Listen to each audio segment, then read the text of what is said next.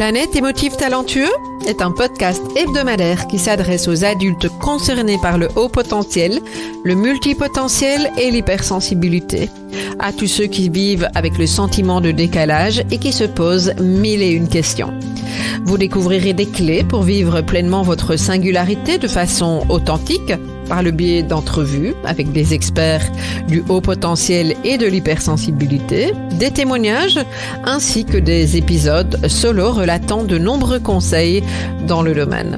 Planète Émotif Talentueux est animée par Nathalie Alsten, senior coach, thérapeute, auteure du livre Émotif Talentueux, être soi autrement et fondatrice du congrès Douance, le seul congrès virtuel en francophonie destiné aux adultes surdoués et hautement sensibles. Bienvenue chez vous, en direct de la planète Iti.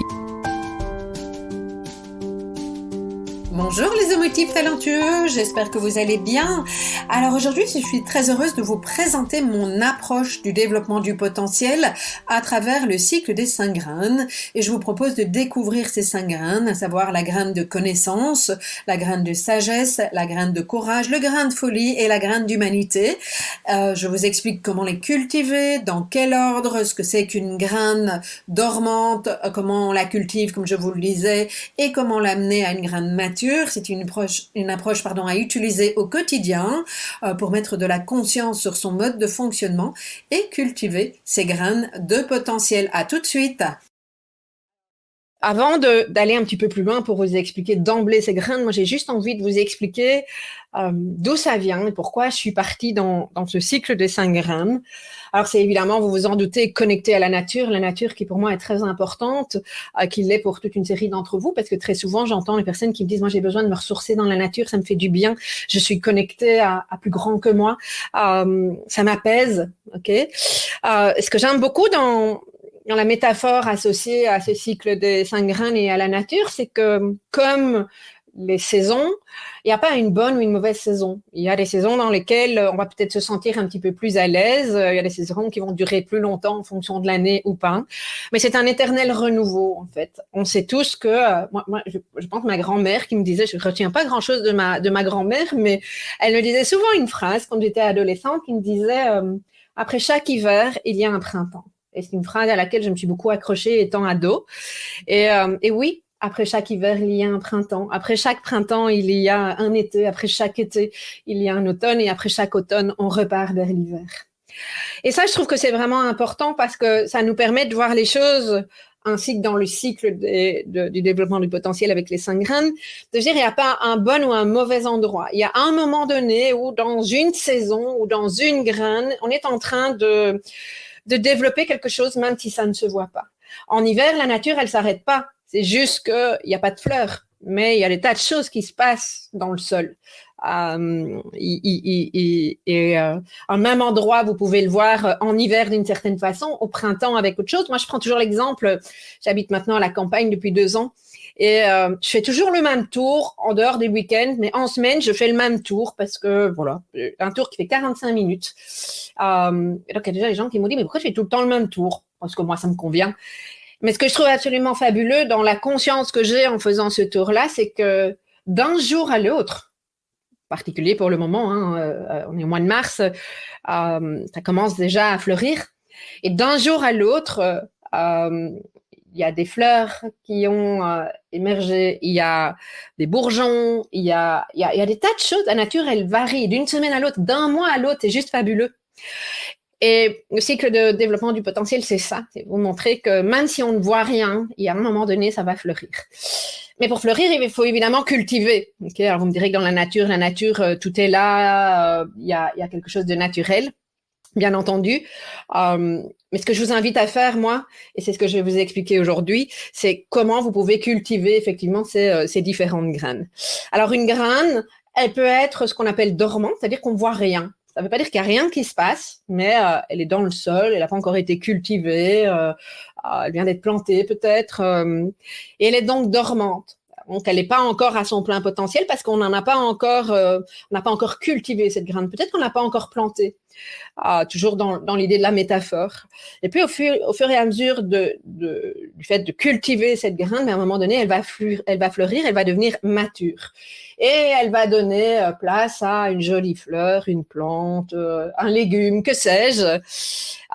Et on a beau avoir, alors c'est ça qui est intéressant aussi, on a beau mettre beaucoup de temps, beaucoup de soins pour cultiver une graine, elle va pas forcément sortir comme on s'imagine qu'elle va sortir. Alors, je sais pas si certains d'entre vous avaient des potagers, mais alors moi j'ai pas de potager, mais moi vas-y, on en a un et de temps en temps on discute alentour de ça. Et alors elle me sort une courgette et me dit regarde la forme. En fait, ça ressemble pas du tout à la courgette qu'elle avait imaginée au départ. Et c'est ok. C'est juste une courgette qui est très très bien. Elle a juste poussé de travers par rapport à la norme de la courgette. Mais on s'en fout. Elle a poussé, elle est très bonne cette courgette. Okay, et donc au plus vous allez mettre de la conscience sur cette graine en question, au plus elle va probablement maturer, mais elle va pas forcément maturer de la façon dont vous l'aviez imaginé. Okay, donc ça, c'est le préalable, le postulat de base pour pouvoir vous expliquer ce modèle. Je prends effectivement, et ces graines sont mises dans cet ordre-là, ça n'est pas par hasard. L'idée, c'est que tant qu'on n'a pas suffisamment cultivé une graine, la suivante ne pourra pas prendre, hein, parce qu'elle ne va pas pousser dans un sol suffisamment fertile. Okay, alors, c'est pas une science exacte. Hein, parfois, les gens me disent « mais ça, c'est exactement quelle graine ?» Parfois, on ne sait pas. C'est entre les deux. Comme dans la nature, c'est pas délimité. Hein, je veux dire, quand vous passez de l'hiver au printemps, alors oui, il y a une date, mais ça ne veut pas dire pour ça que la nature, elle suit ça. J'en parlais il y a pas longtemps. Par exemple, moi, quand j'ai fait ma communion, donc il y a longtemps, hein, je veux dire, avec 12 ans, je n'ai plus 12 ans, ça vous vous en doutez, il y avait, c'était au mois de mai, et c'est à ce moment-là que les cerisiers du Japon fleurissaient. Aujourd'hui, il y a des cerisiers du Japon en Belgique qui commencent à fleurir. 2 mois de décalage, ok. Donc, et pourtant, les saisons n'ont pas, entre guillemets, changé officiellement. Le printemps, c'est 21 mars, je pense, 21, quelque part par là. Et ça n'a pas changé, ok. Mais par contre, la façon dont la nature évolue a changé et va continuer à changer, ok. Donc, je reviens à mes graines. Première graine de potentiel dont j'avais envie de vous parler, c'est la graine de connaissance. Dans sa version dormante, la graine de connaissance, eh bien, c'est quand, je prends l'exemple, quand on vient de découvrir son haut potentiel, sa singularité, hein, dans les personnes qui m'écoutaient, une série d'entre vous qui êtes probablement là-dedans, puis il y en a d'autres qui l'ont découvert il y a déjà un moment. Quand on découvre, on a besoin d'apprendre, de se renseigner, d'avoir des infos. Vous me posez des questions. Ah oui, mais ça, c'est plutôt l'hypersensibilité, c'est plutôt le haut potentiel. Mais alors, c'est quoi le multipotentiel? Ça, c'est la graine de connaissance dans sa version dormante. Et c'est OK.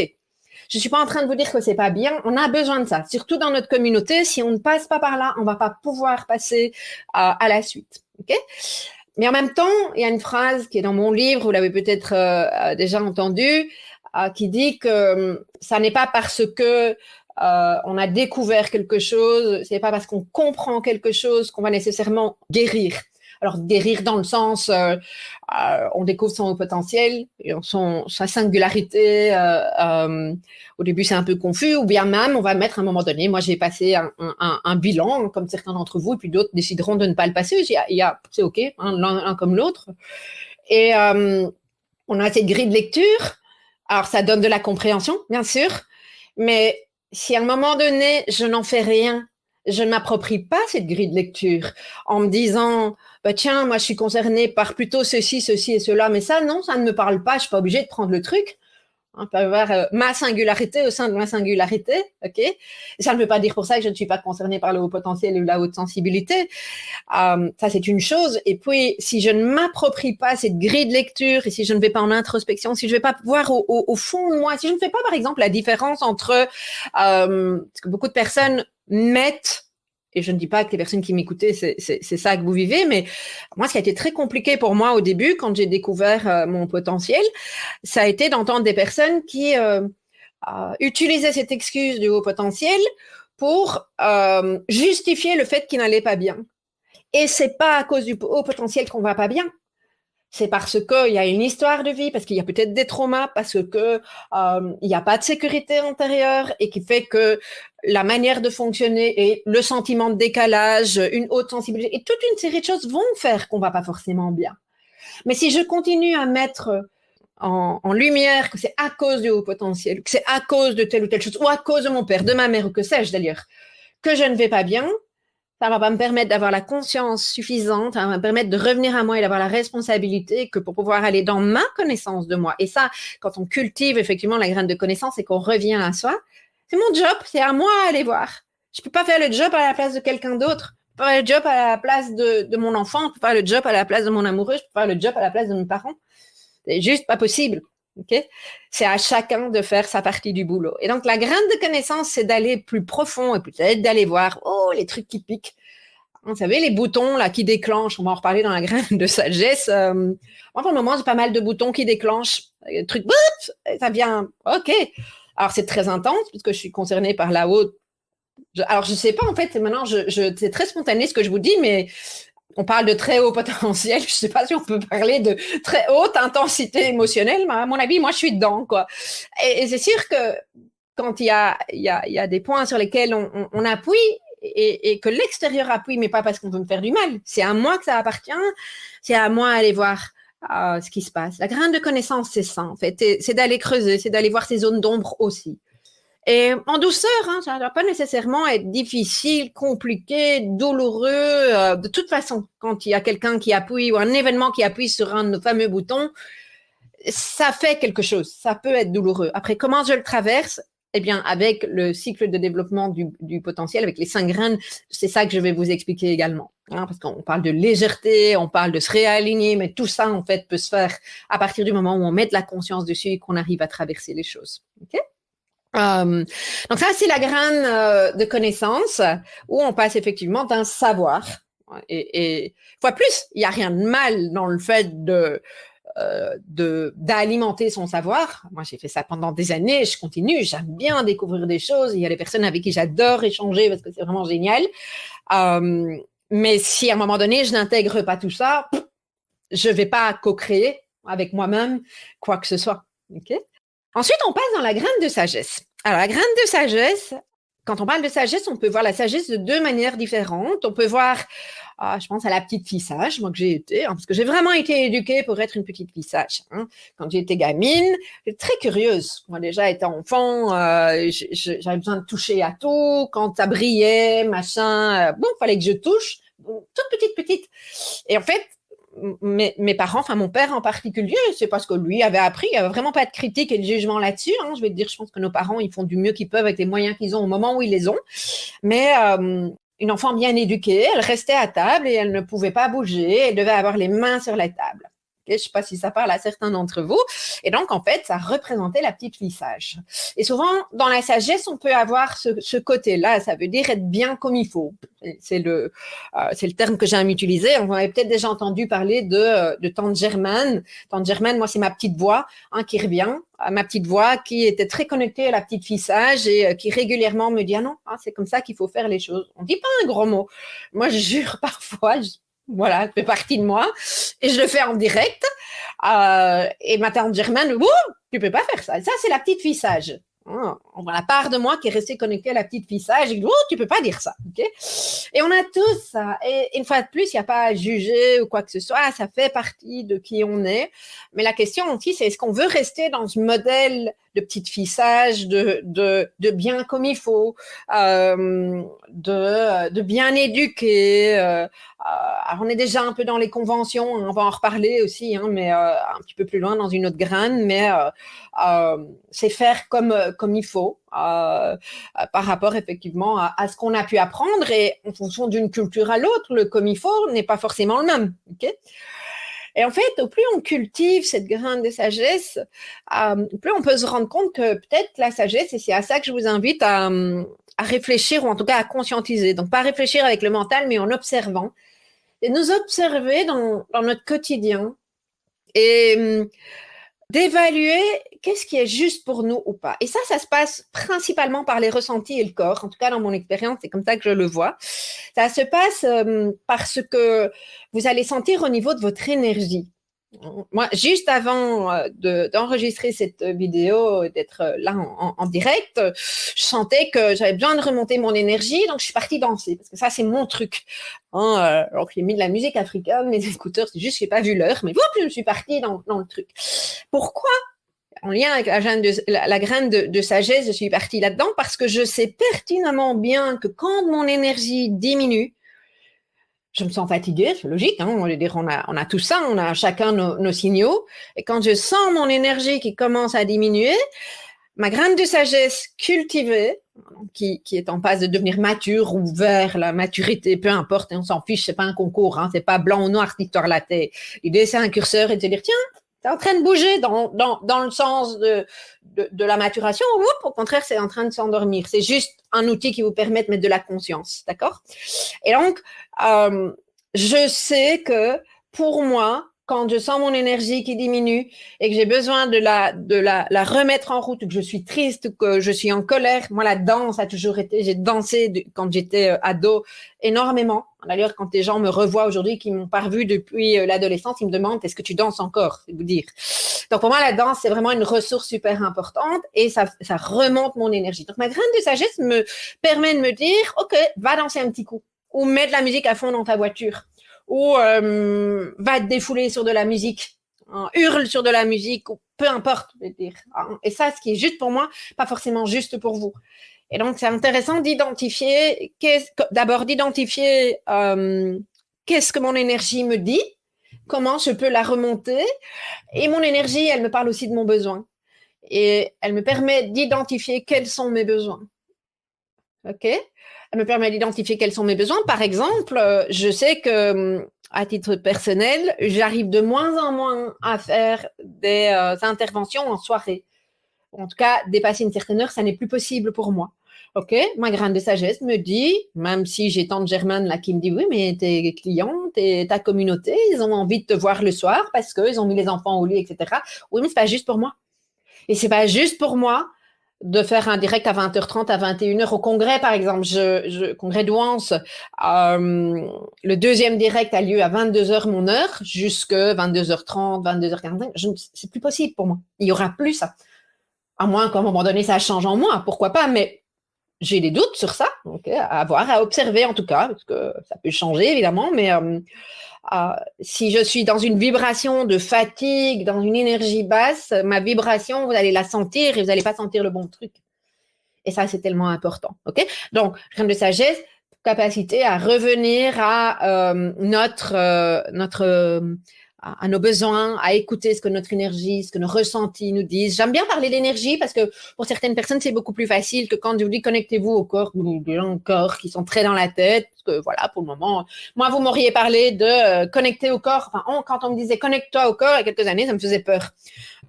Par contre, comment tu te sens fatigué ou pas, ça, en général, quoique, hein, personnes qui sont très dans la tension, dans une forme de perfectionnisme, etc., n'arrivent même plus à sentir cette fatigue. Et donc, je trouve intéressant de connecter à l'énergie parce que moi, je sens qu'elle circule ou qu'elle ne circule pas. Elle peut être bloquée dans le dos, elle peut être bloquée dans le bassin, elle peut être bloquée à un endroit ou à un autre. Voilà. À chacun à trouver effectivement ce qui est important, comment identifier effectivement cet aspect-là des choses. Donc, graine de sagesse, c'est d'être capable d'identifier ses besoins dans sa version mature une fois de plus, d'identifier ses besoins, d'identifier ce qui est juste pour soi, de telle sorte à pouvoir respecter cet aspect-là des choses, tout comme savoir que ça n'est pas nécessairement juste pour vous. Okay? Je redonne un autre exemple. Quand je donne des conférences, en l'occurrence, les dernières, ça a été à Paris, dont une au Grand Rex il y a un peu plus d'1 an. J'adore être sur scène. Je sens cette énergie-là. C'est vraiment un truc. Moi, je kiffe ça. Je suis une ancienne phobique de la prise de parole en public, mais ça m'a passé parce que je l'ai travaillé. Et j'aime vraiment être sur scène. Je ne peux pas vous dire que j'ai pas de stress ou quoi, mais c'est un plaisir pour moi. Par contre, je viens de la campagne. On reparle souvent parce que j'ai habité à Bruxelles pendant des années et il y a 2 ans, je fais le choix de venir à la campagne. Ça me fait vraiment beaucoup de bien au niveau de ma créativité, de ma détente, de plein de choses. Et donc, passer de ma campagne, je suis de mon petit village à Paris, un grain de sagesse, c'est que il n'est pas question que les jours avant de partir, je sois dans quelque chose de trop tendu, que idéalement, je planifie une balade de 1 heure, 2 heures avant de partir, avant de prendre ma voiture ou le taxi ou que sais-je, parce que c'est important pour moi. Et que quand je rentre, si j'ai passé 3 jours à Paris, il faut que je passe je dis Paris ou une grande ville, hein, mais il faut que je passe l'équivalent en journée plutôt zen. C'est-à-dire que l'équipe, c'est qu'il ne va pas y avoir de réunion avec moi, ou en tout cas des trucs cool, qu'il ne faut pas me mettre de rendez-vous extérieurs, qu'il ne faut pas saturer l'agenda. Enfin, l'idée, c'est pas de saturer l'agenda à aucun moment, vous me direz, mais je suis particulièrement vigilante à ça. Okay, donc, ça, graine de sagesse.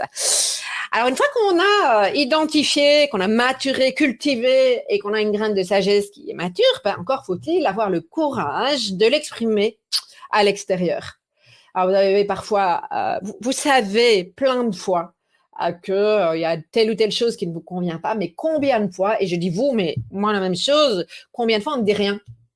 Et même parfois, on n'a même pas la présence d'esprit de dire quelque chose. C'est juste à un moment donné, c'est plus possible pour moi. On rend compte que on n'a ni dit oui ni non. En tout cas, on n'a pas exprimé. On n'a pas eu le courage. On n'a pas eu le courage d'être authentique, en fait. Donc, la graine de courage, c'est pas le courage de faire les choses dans quelque chose de lourd. Ça, c'est ce qu'on imagine dans la graine dormante.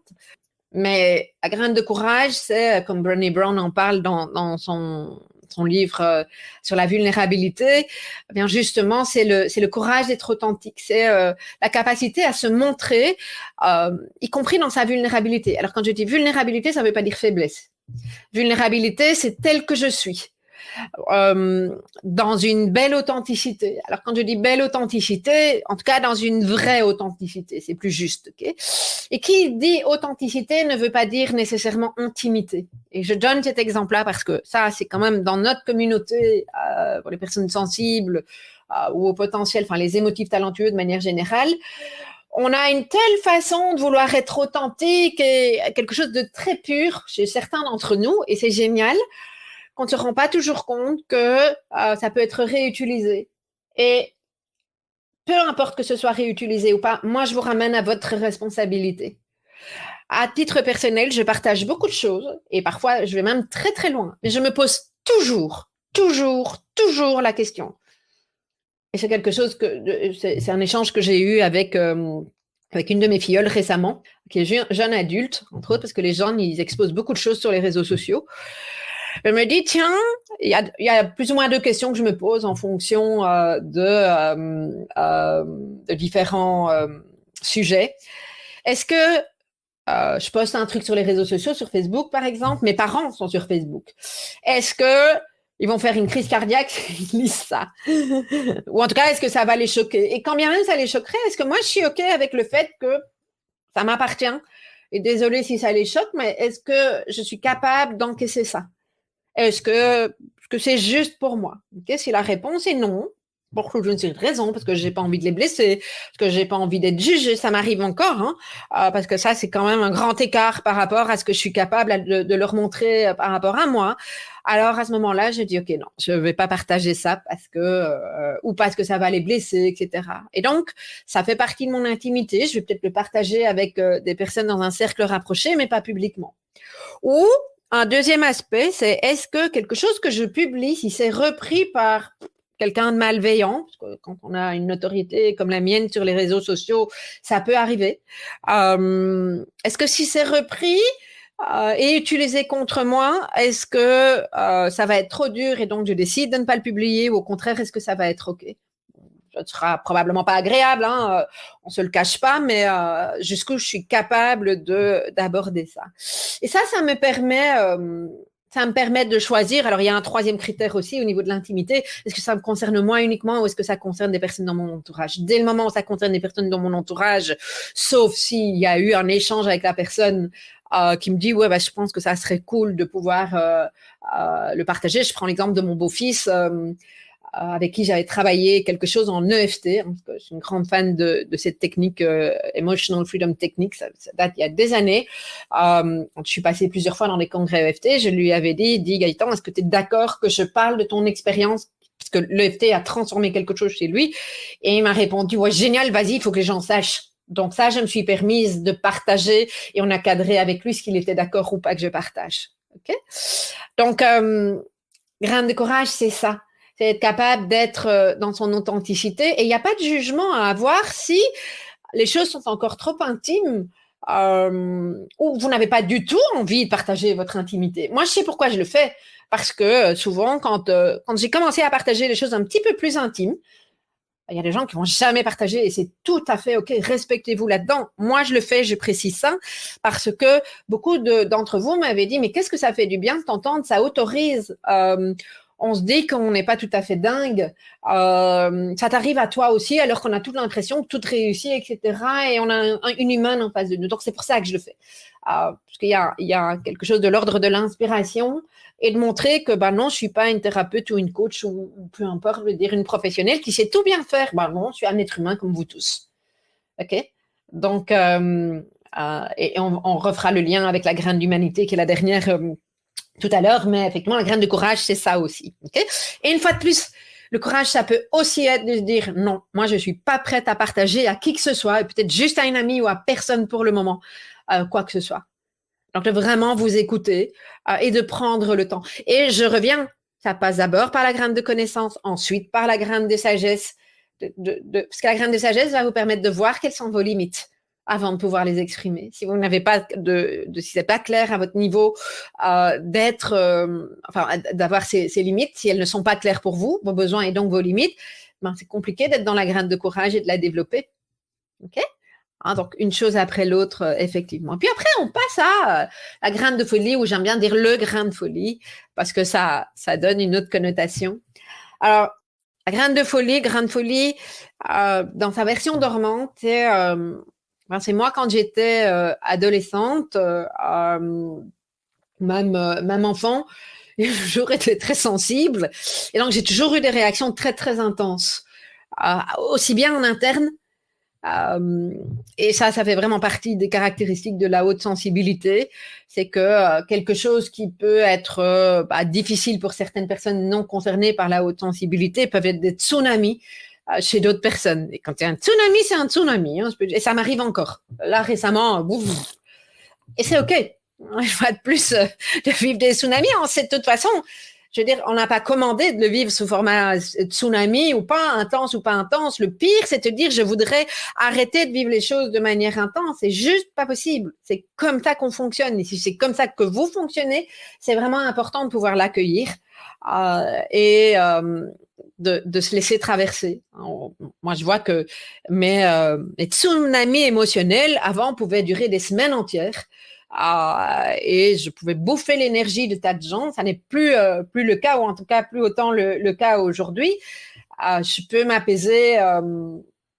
Alors vite, tout est relatif, mais je vais dire, j'ai pu passer auparavant par des nuits entières où je ne dors pas. Ici, récemment, j'ai vécu quelque chose qui était vraiment émotionnellement très, très fort. J'ai pas dormi une nuit. La nuit suivante, j'ai de nouveau bien dormi. OK? Et petit à petit, voilà, je me réaligne. Je prends toujours l'exemple du bambou qui plie dans la tempête, et pouf, qui revient, parce qu'il est enraciné, qui revient dans son axe. OK?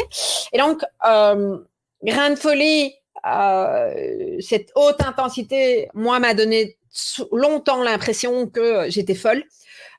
Et je l'entends très, très souvent, des personnes, avant de découvrir, ou au moment où vous découvrez votre singularité, vous me dites, ça fait partie des 3 ou 4 choses que j'entends le plus souvent, et où vous me dites, j'ai enfin réalisé que j'étais pas seule ou seule, et que je suis pas fou ou folle. Je ne suis pas folle, je ne suis pas fou. OK? Alors, je suis sûre que ça parle à toute une série d'entre vous. Alors, certains êtes en train de découvrir ça. Bienvenue là-dedans. Non, c'est pas parce que vous avez une façon de fonctionner qui est très intense que vous êtes fou, vous êtes folle. Peut-être que même certains ont été taxés de borderline, ont eu un diagnostic d'autre chose, et parfois erroné. Je ne veux pas dire que quand on est concerné, ça ne peut pas arriver, bien entendu, mais parfois erroné parce qu'il y a telle intensité que le professionnel en face de nous n'a pas repéré que c'est de la haute sensibilité et non pas un autre trouble. Okay? Et donc, je viens dans le fait de cultiver cette graine, parce que c'est ça aussi, dans mon modèle, il y a toujours quelque chose qui revient à soi. Et qu'est-ce qu'on peut faire de ça? Le côté positif de ce grain de folie, c'est la façon dont on arrive à poser un regard sur soi. C'est-à-dire que moi, aujourd'hui, et d'ailleurs, j'ai une amie qui est dans le dans le direct, Laurence, tu m'entends, qui m'appelle ma sorcière bien-aimée. Et elle n'est pas la seule à m'appeler ma sorcière, etc. J'ai pas mal d'amis qui m'appellent comme ça, pour toute une série de raisons. Euh, pour certaines personnes, je peux avoir des côtés un peu barges que je ne montre pas forcément, que je montre de plus en plus parce que je les assume de plus en plus. Ça n'a pas toujours été le cas. Pourquoi? Parce que le regard sur moi est en train de changer. Et il change continuellement. C'est vraiment le travail de toute une vie, ce regard sur soi. Un regard où on s'accepte, si pas inconditionnellement, parce que voilà, il y a toujours des choses qu'on accepte plus facilement, qu'on aime chez soi plus facilement que d'autres. Et donc, le regard que l'on porte sur soi est un regard de plus en plus bienveillant et qui nous autorise à être suffisamment bienveillants et sécurisants. Et donc, je reviens aux graines précédentes qui sont donc cultivées par rapport à ça, et suffisamment sécurisants que pour être capable d'assumer son côté un peu barge. Je reprends l'exemple que peut-être que certains d'entre vous avaient vu, et puis les modératrices qui sont là au moment du congrès, il y a donc plusieurs mois. J'étais en train de manger, il y a une vidéo qui passait et j'étais très tendue. Et à un moment donné, je ne sais pas pourquoi ça m'est venu, j'ai des guirlandes, donc c'est des petites boules. C'est une guirlande électrique et je la vois là sur un meuble. Et en fait, j'ai allumé la guirlande, je l'ai mise sur ma tête et j'ai fait la photo et j'ai envoyé en interne à l'équipe en disant, je sais plus quoi exactement, mais voilà à quoi ça ressemble quand mon cerveau est en ébullition ou un truc comme ça. C'est le genre de truc qu'en privé, je fais assez souvent. Voilà, c'est dur parce que ça m'a amusé. Ça a vraiment détendu l'atmosphère. Tout le monde a trouvé en interne ça génial. Et en gros, je pense qu'il y a quelqu'un qui m'a dit chiche que tu la postes. Et je l'ai posté. Et en fait, c'était vraiment très drôle parce que je pense que c'est probablement une des photos qui a eu le plus de likes, 500, ou pas un concours, hein, on s'en fout un peu, mais ce que ça a dit surtout, alors j'ai mis un texte avec, évidemment, je n'ai pas juste mis la photo, quoi.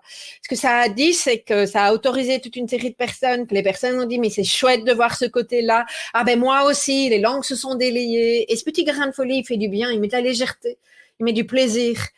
Alors, il n'y a pas que ça, bien entendu. Hein, il y a toutes les parties de Nathalie que vous connaissez.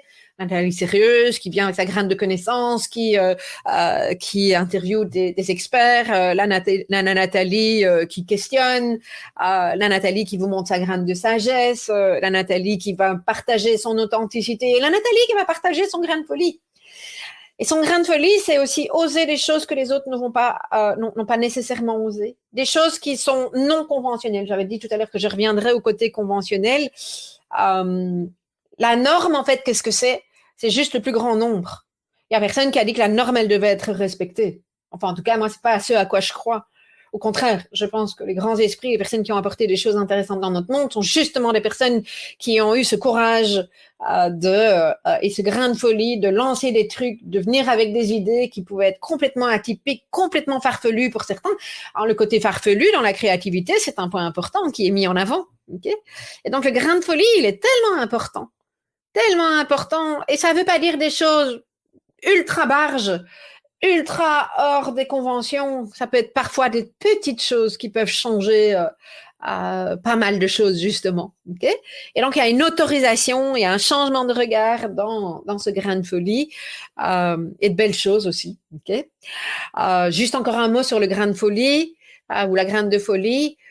Quand elle est dans sa version dormante, c'est très souvent parce qu'on est encore connecté à la honte. Et ça, il peut y avoir une histoire de vie en lien avec la honte, c'est-à-dire qu'on n'a pas forcément été reconnu par rapport à notre singularité. Au contraire, on a pu grandir, comme c'est mon cas, dans une famille où grande folie était quand même un peu acceptée à l'intérieur, mais en interne, entre nous. Okay, mais par contre, où il fallait faire les choses d'une certaine manière. Se marier d'une certaine façon avec tel type de personne, s'habiller d'une certaine manière, avoir un tel type de profession, etc. Okay, et moi, je suis assez bien sortie de ça, au grand désespoir, je pense, de mes parents, à qui j'en ai fait, entre guillemets, voir de toutes les couleurs. J'ai juste essayé de me démarquer. Ma graine de folie ne s'est pas toujours exprimée de la bonne manière parce que mes graines précédentes n'étaient pas suffisamment cultivées. Et donc, parfois, j'ai fait des choses complètement atypiques, mais qui n'étaient pas justes, qui n'étaient pas basées sur la sagesse, parce que j'avais pas encore développé suffisamment cette sagesse, ok, et parce que quelque part je me suis peut-être mise en danger à un moment ou à un autre parce que justement je suis sortie d'une zone de confort qui n'était pas juste pour moi, parce que pas basée sur la graine de sagesse, ma graine de courage, je me suis fait rattraper parce que j'avais pas suffisamment de sécurité intérieure. Et puis j'ai appris. C'est la vie, j'ai mis de la conscience là-dessus. Ma graine de sagesse a grandi grâce à ces expériences qui ont parfois été douloureuses et qui m'ont permis de repasser par ces graines. Okay, donc, graine folie, puis tout ça nous mène à la dernière graine, c'est la graine d'humanité. Et tout ça est un cycle permanent. Vous pouvez vivre plusieurs cycles en même temps en fonction de ce que vous vivez au travail et puis dans vos relations, etc. Une fois de plus, c'est un modèle qui vous permet de mettre de la conscience à là où c'est intéressant d'en mettre. Okay, jamais fini comme la nature, elle n'arrête jamais de fleurir et puis de mourir et pour refleurir. C'est un cycle perpétuel et c'est magnifique, c'est la vie. C'est tout simplement la vie. Et donc, la graine d'humanité, de plus en plus, je dis, c'est le contraire du narcissisme. Ou en tout cas du retour à soi dans sa version égotique. La graine d'humanité ne peut pour moi être cultivée ou en tout cas être mature qu'à partir du moment où on a cultivé les précédentes, parce que sinon, je donne cet exemple aussi personnel, je reviens à ma grand-mère, quand j'étais gamine, je me disais toujours, mais parce qu'elle participait à beaucoup d'œuvres, et en fait, elle et ses amis, je me posais la question quand j'étais ado, mais pourquoi est-ce que quand elles vont dans ces bonnes œuvres, comme on les appelait, faire je sais plus quoi, des permanences, donner de l'argent, que sais-je, je sais pas, mais ce qui m'intriguait, c'est qu'elles sortaient toutes leurs plus beaux habits, leurs bijoux, leurs manteaux de fourrure. Et en fait, moi, il y a un truc que je comprenais pas, ok. Alors, voilà, ça fait partie de la vie et d'une manière de fonctionner, mais je trouve que quand il n'y a pas suffisamment de conscience et qu'on n'a pas suffisamment développé nos précédentes graines et qu'on vient pour contribuer de cette manière-là, est-ce qu'on contribue vraiment? Est-ce qu'on contribue avec le cœur ouvert? Est-ce qu'on contribue en co-construction? Moi, c'est ça qui m'intéresse. C'est que quand on a effectivement développé les graines précédentes, c'est pas pour rien que je parle de mission co-construction, que je parle d'une co-construction de soi à soi. Ça demande effectivement pour développer cette graine d'humanité d'être passé par là. Parce que sinon, on se retrouve effectivement, j'ai des personnes qui me disent que les valeurs d'humanité sont importantes pour elles, mais qui me disent le monde est fou, les gens sont méchants, le monde est pourri, et qui quelque part sont dans une réalité qui fait que on peut pas reconstruire si on a ce jugement-là sur le monde, et qui estiment qu'effectivement l'homme, de manière générale, est pourri. L'homme avec un H, homme, femme inclus, est pourri, etc. Et ça, c'est quand on est dans la peur. C'est quand on n'est pas dans cette co-construction, qu'on n'est pas dans l'ouverture du cœur, ou pas encore. Une fois de plus, c'est pas binaire cette histoire-là. Et donc, la graine d'humanité, c'est vraiment comment on se connecte à ces valeurs-là, dans la co-construction. J'aime bien cette phrase de Gandhi qui a été dans mon hall d'entrée, dans mon précédent lieu de vie où j'avais mon cabinet de consultation, soit le changement que tu veux voir dans le monde. Parce que ça passe par soi, pour pouvoir contribuer, pour pouvoir développer cette valeur d'humanité, pour pouvoir développer, cultiver cette graine d'humanité, ça passe forcément par soi. Ça demande effectivement de mettre de la conscience et de cultiver ces différentes graines pour pouvoir effectivement contribuer par la suite et avoir ce cœur ouvert. Voilà. Donc voilà, ça c'est la présentation du modèle de base avec ces 5 graines. Et donc ce que je trouve intéressant, c'est quand quelque chose se coince dans notre vie, quand quelque chose est difficile, c'est de se demander, tiens, quelle est la graine qui est en train de dormir? Et donc l'idée, c'est de retourner, de commencer par la graine de connaissance, et puis la graine de sagesse, la graine de courage, graine de folie, et graine d'humanité. Et donc, si je reviens à la graine d'humanité, non, ça n'est pas difficile parce que le monde est pourri, ou parce que le monde tourne fou, ou parce que le monde, etc. Alors oui, j'entends bien que l'environnement peut être compliqué, mais si chaque fois je reporte ou nous reportons tout sur l'extérieur et sur ce monde en disant qu'il n'y a plus de valeur d'humanité, etc. En soi, peut-être que factuellement c'est vrai, mais pointer ça sur l'extérieur sans revenir à soi, ça ne va jamais rien changer. Et donc, moi, mon invitation avec ce cycle de graines de potentiel, avec ce cycle de 5 graines, c'est vraiment de remettre la conscience sur soi, de revenir à soi, de cultiver ces différentes graines pour justement recontribuer à plus d'humanité, à un monde meilleur. Voilà, une contribution grande échelle, même si c'est avec une toute petite graine, parce que je pense que c'est vraiment cette idée de co-construction qui peut vraiment faire avancer les choses. Si vous souhaitez découvrir l'approche du développement du potentiel et tester où vous en êtes pour chaque grain en lien avec votre singularité, eh bien c'est très simple, il vous suffit de vous connecter à www.emotif-talentueux.com/grain au pluriel. Donc je répète www.emotif-fs talentueux avec un x.com/grain au pluriel. C'est gratuit et vous recevrez vos résultats personnalisés avec une série de pistes concrètes. À bientôt!